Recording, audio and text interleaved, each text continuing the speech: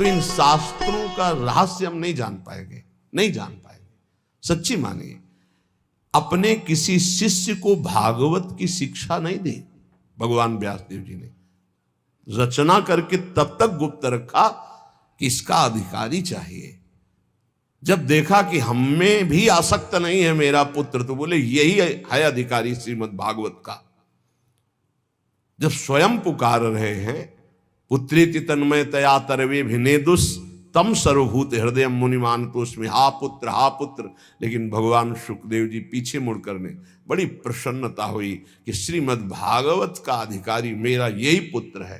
पर वो अनासक्त है, मेरा ही रूप लौट के नहीं देखा, अपनी मां का रूप नहीं देखा, तो ये रूप लीला का गान क्या करेगा? ये तो स्वयं बोध संपन्न है। सुकोहम वृक्षों से निकलने लगा तन्मयता में, तन्मयतया जे ही तन्मयता, तो हर वृक्ष से निकलने, सुकोहम मैं सुखदेव हूं, मैं सुख। इतनी ऊंची स्थिति का ब्रह्मबोध संपन्न महात्मा काहे को भागवत याद करेगा?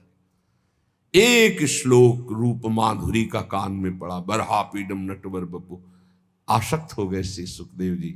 ऐसे श्री कृष्णचंद्र जी की रूप माधुरी गान करके, और पक्का श्रीमद् भागवत में इतनी सामर्थ्य है, हृदय से कह रहा हूं कि सांगो पांग पद्धति से एक बार सप्ताह की श्लोक कान में पड़ जाए 18,000, तो महापापी भी परम पद का अधिकारी हो जाएगा। इसका प्रमाण धुंधकारी स्वयं उसी में है कि धुंधकारी 7 दिन बिना कुछ खाए पिए 18,000 श्लोक श्रवण करता, मनन करता है, तो विमान आता है और बैठ करके चला जाता है, और कोई साधन नहीं, केवल 7 दिन भागवत सुनने मात्र से भगवत प्राप्ति। तो ये नहीं कि सब भागवत केवल धन के लिए ही करते हैं या मान प्रति, नहीं। भूरिदा जना भगवत यश गान करने वाले जगत बंदनी होते हैं, जो रामकृष्ण हरि की चर्चा करके जगत को निष्पाप करते हैं। संत जन मुद मंगल में संत समाजू, जो जग जंगम तीर्थ राजू। ये चलते फिरते तीर्थ हैं, तीर्थराज प्रयाग हैं, तीर्थी कुर्वंत तीर्थान, ये जहां चरण रख दे वहां तीर्थ बन जाए।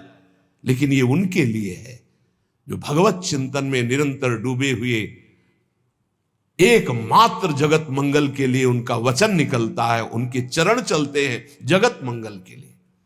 यहां जो निषेध किया जा रहा है उनको, जो नाटकबाजी के लिए भेष धारण करते हैं, पाखंड करते हैं, रुपया पैसा के लिए केवल दंभ करते हैं, उनके लिए उनकी खिंचाई कर रहे हैं भगवत ऋषि की। कोई भी हो, जो महापुरुष संत जन होते हैं उनको किसी की परवाह नहीं होती। सत्य का वर्णन और सत्य का श्रवण वही कर सकता है जो सत्य में चल सकता है, अन्यथा नहीं। कह रहे हैं विद्या का, रूप का, बड़प्पन का, कुल का, धन का, यौवन का अभिमान जिसके अंदर है, ये बड़े बड़े कांटे हैं। बड़ी सुकोमल भक्ति महारानी उसके हृदय में कदम नहीं रखती। एक भी कोई अहंकार हो तो भक्ति नहीं रखती, फिर 6 अहंकार हो तो भक्ति कहां से जागृत हो जाएगी?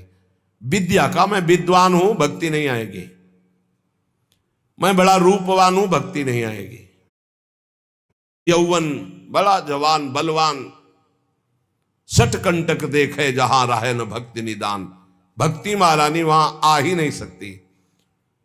विद्या आदि पर अहंकार करने वाले व्यक्ति का सारा खेल केवल नट का खेल होता है। जैसे नट प्रदर्शन करके लोगों को रिझाता है, ऐसे ही जैसे नगर नारी कहते हैं वैश्या को, जैसे वैश्या पूरा श्रृंगार करती है सब, तो अपने पति को रिझाने के नहीं, लोगों को फंसाने के लिए, ऐसे ही विषयी मनुष्यों को रिझाकर उनके हाथ से धन आदि, लाभ आदि की आकांक्षा रखने वाले ये भरतार श्री हरि को रिझाने के लिए नहीं करते, ये विषयी पुरुषों को रिझाने के लिए। भगवत रसिक जी कहते हैं ऐसों को कभी श्री हरि की भक्ति प्राप्त नहीं हो सकती।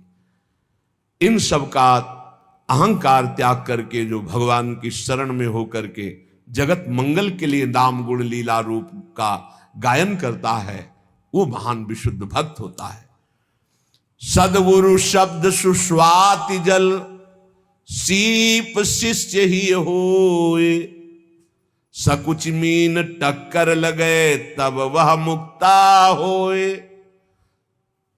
बोले सच्चे सदगुरु का शब्द जो है वो मंत्र के समान काम करता है। एक भी शब्द कान में पड़ गया तो परिवर्तन होगा ही होगा। जैसे स्वाति का वर्षा का बूंद चातक पीता है ना तो जीवन बन जाता है, और जब सीप में पड़ता है ना तो वही बूंद मोती बन जाता है, और जब केला में पड़ता है ना तो वही कपूर बन जाता है, और जब सांप के मुख में पड़ता है तो भयंकर विष बन जाता है, वही उसकी विष की वृद्धि करता है। सदगुरु के शब्द तो एक ही हैं पर अधिकारानुसार अलग अलग। अब जब ऐसे लोगों के कान में शब्द पड़ेंगे तो विष की तरह लगेंगे। अपने को बहुत बड़ा समझता है, दूसरों को ऐसे ऐसे। और अगर दैन्य भाव से तो जो कुछ कमियां सब निकाल करके हम अपने को भगवत मार्ग का सच्चा पथिक बनाएं, इसलिए इन संतों का उपदेश है। इसलिए कह रहे एक ही बूंद है, वही सीपी में पड़ा तो मोती बन गया, केले पे पड़ा तो कपूर बन गया, चातक की चोंच में आ गया तो जीवन बन गया उसका, क्योंकि वो उसी से अपनी प्यास बुझाता है। सांप के मुंह में चला गया तो विष बन गया।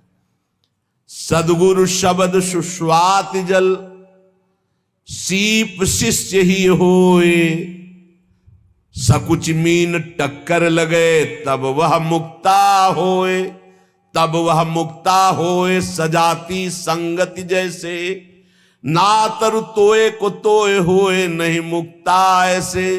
भगवत रसिक अनन्य बधु नव गर्भ धरे उर, सदा सहायक सास स्वामिया जानो सतगुरु।